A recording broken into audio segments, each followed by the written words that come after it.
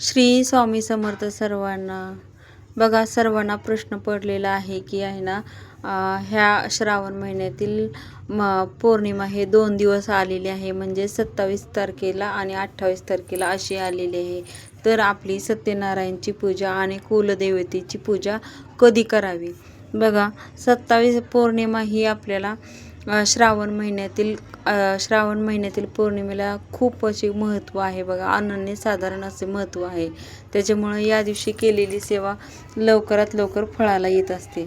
त्याच्यामुळं आपल्या बघा, पौर्णिमा ही 27 तारखेला सकाळी 9:08 येते, ते आपल्याला 28 तारखेला 9:48 आहे.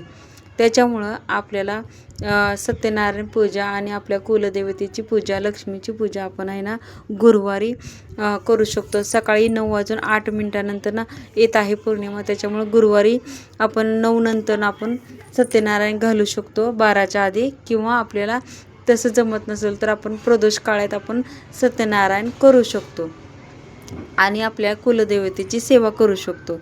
आणि शुक्रवारी आपल्याला नारळी म्हणजे रक्षाबंधन आपण साजरं करू शकतो. त्या दिवशी पण आपण शुक्रवार आल्यामुळे श्रावणातील शुक्रवार असू द्या, वैभवलक्ष्मी व्रत असू द्या किंवा वरद महालक्ष्मी व्रत असू द्या, हे तुम्ही साजरं करू शकता.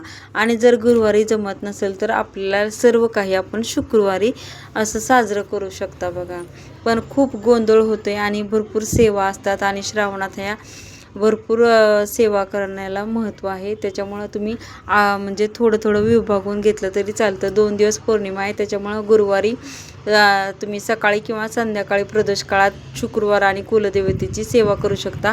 आणि शुक्रवारी आपण आहे ना वरद महालक्ष्मी किंवा वैभवलक्ष्मीची व्रत किंवा शुक्रवारची पूजा करू शकता.